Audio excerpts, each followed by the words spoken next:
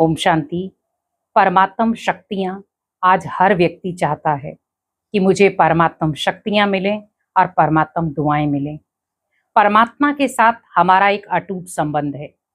परमात्मा से हमारा वो नाता है जो किसी के साथ भी नहीं है।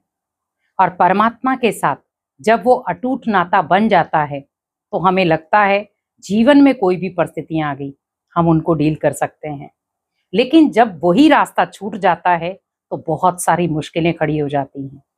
जिसका हमने गायन किया, दुख में सिमरन सब करे, सुख में करे ना कोई। और अगर सुख में करें तो दुख काहे को है। क्योंकि आज व्यक्ति भगवान को याद कर रहा है लेकिन दुख के समय, लेकिन उसके जीवन में जब सुख होता है उसे टाइम ही नहीं होता याद करने का।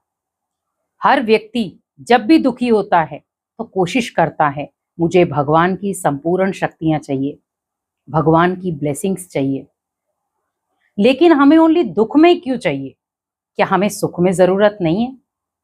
अगर हम उसे सुख में भी याद करें तो भगवान आपके जीवन में कभी दुख आने ही ना दे। आज व्यक्ति जब दुखी होता है तो ही वो गलत कर्म करता है, लेकिन आज वो सुखी भी है तो भी गलत कर्म कर रहा है। लेकिन याद रखें, दुख में किए हुए कर्म और सुख में किए हुए कर्म दोनों का भुगतान हमें अलग अलग तरीके से भोगना पड़ता है। क्योंकि दुख में व्यक्ति को ये पता नहीं चल रहा कि मैं कौन से कर्म कर रहा हूं, लेकिन सुख में तो हमें पता है। दुख में जैसे व्यक्ति किसी को बहुत टेंशन में होता है, गाली निकाल देता है, अब शब्द यूज कर देता है, कई बार कहता है मेरे पास टेंशन थी इसीलिए मैंने बोल दिया। वो वापिस उस चीज का प्रायश्चित भी कर लेगा क्योंकि उसने दुख में रहकर वो चीज कही थी। लेकिन जो व्यक्ति सुख में रहकर कर्म गलत कर रहा है, किसी को नीचा दिखाना, किसी को उल्टा सुल्टा बोलना, किसी के धन में लॉस करना, किसी के परिवार की खुशियां नष्ट करना, आप सोचिए वो खुद सुखी है लेकिन दूसरों को दुख दे रहा है। क्या उससे परमात्म शक्तियां मिल सकती हैं? परमात्म शक्तियां उन आत्माओं को मिलती हैं जो हमेशा सत्य के मार्ग पर चलते हैं। परमात्मा की शक्तियां उन आत्माओं को मिलती हैं जो हमेशा दूसरों की मदद करते हैं। परमात्म शक्तियां उन्हें मिलती हैं जो हमेशा अपनी आत्मिक स्थिति में रहते हैं। परमात्म शक्तियां उन आत्माओं को मिलती हैं जिन्होंने हमेशा अपने जीवन को और अपने कर्मों को श्रेष्ठ बनाया है। लेकिन आज हम एक दूसरे के साथ अपनी तुलना कर रहे हैं, सामने वाला कैसा है, मैं कैसा हूं। आप ध्यान रखें, आप सृष्टि पर आए हैं अपना पार्ट बजाने और वो सृष्टि पर आया है अपना पार्ट बजाने, तो मुझे दूसरों को क्यों देखना? आज कई बार दूसरों को देखते देखते हम कर्म ही गलत कर जाते हैं। आज 90% लोग दूसरों को देखने के बाद गलत कर्म करते हैं और फिर हम क्या कहते हैं, भगवान जी आपने मेरे साथ ऐसा क्यों किया? हमेशा एक चीज याद रखें, भगवान कभी भी आपके साथ गलत नहीं करता है, करते हैं तो आपके कर्म। हम कब क्या कर्म कर जाते हैं हमें नहीं पता चलता। कई बार हम अपनी नाराजगी को कर्मों के द्वारा जाहिर करते हैं और कई बार भगवान से भी हम नाराज होते हैं तो भी हम गलत कर्म कर जाते हैं। आज आप देखें, जब हम नेगेटिविटी के शिकार होते हैं हम वैसे कर्म कर जाते हैं जो हमें करने नहीं थे।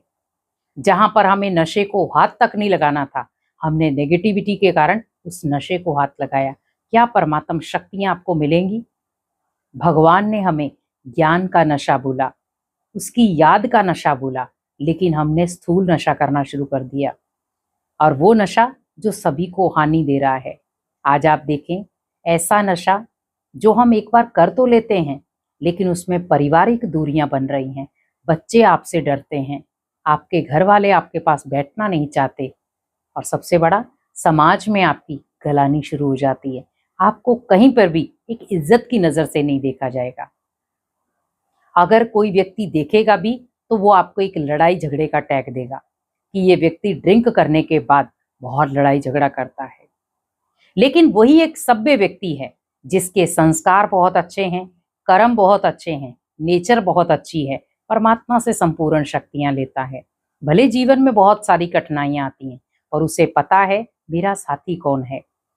तो अगर 4 लोग उसका नकारात्मक चीजें कर रहे हैं, 4 लोग उसे व्यर्थ बातें बोल रहे हैं, तो 50 लोग उसके साथ भी खड़े हैं, क्योंकि उन्हें पता है, क्योंकि उन 50 लोगों को उसकी शक्ति पता है। उन 50 लोगों को पता है कि ये आत्मा हमारे जीवन में आकर हमारे जीवन को भी खुशहाल कर सकती है।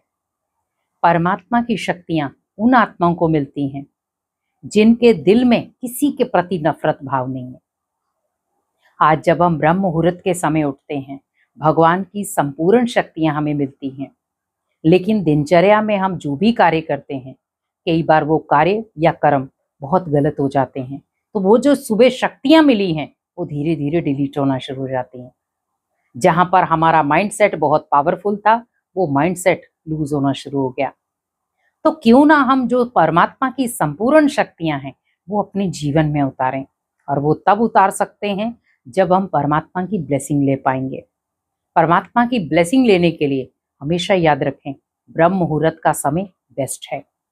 उस समय आप बैठ करके बड़े प्यार से परमात्मा को याद करें कि परमात्मा, मैं बहुत शक्तिशाली आत्मा हूँ, आपकी सबकी सबसे पहली नजर मेरे ऊपर पड़ी है, आपकी दुआओं भरा हाथ मेरे सिर पर हमेशा है, मेरे परिवार में हमेशा खुशियां रहती हैं, मैं जो भी धन कमाता हूँ वो दुआओं के साथ कमाता हूँ, और स्पेशली आपके अर्थ लगाता हूँ।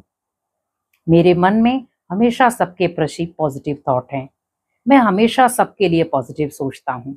मेरा एक एक संकल्प सभी को गुण दान, शक्तियां दान देने वाला हो। तो आप सोचिए, जब ऐसे एनर्जी वाले आप संकल्प क्रिएट करेंगे तो भगवान आपको शक्तियां भी देगा और भगवान आपको दुआएं भी देगा।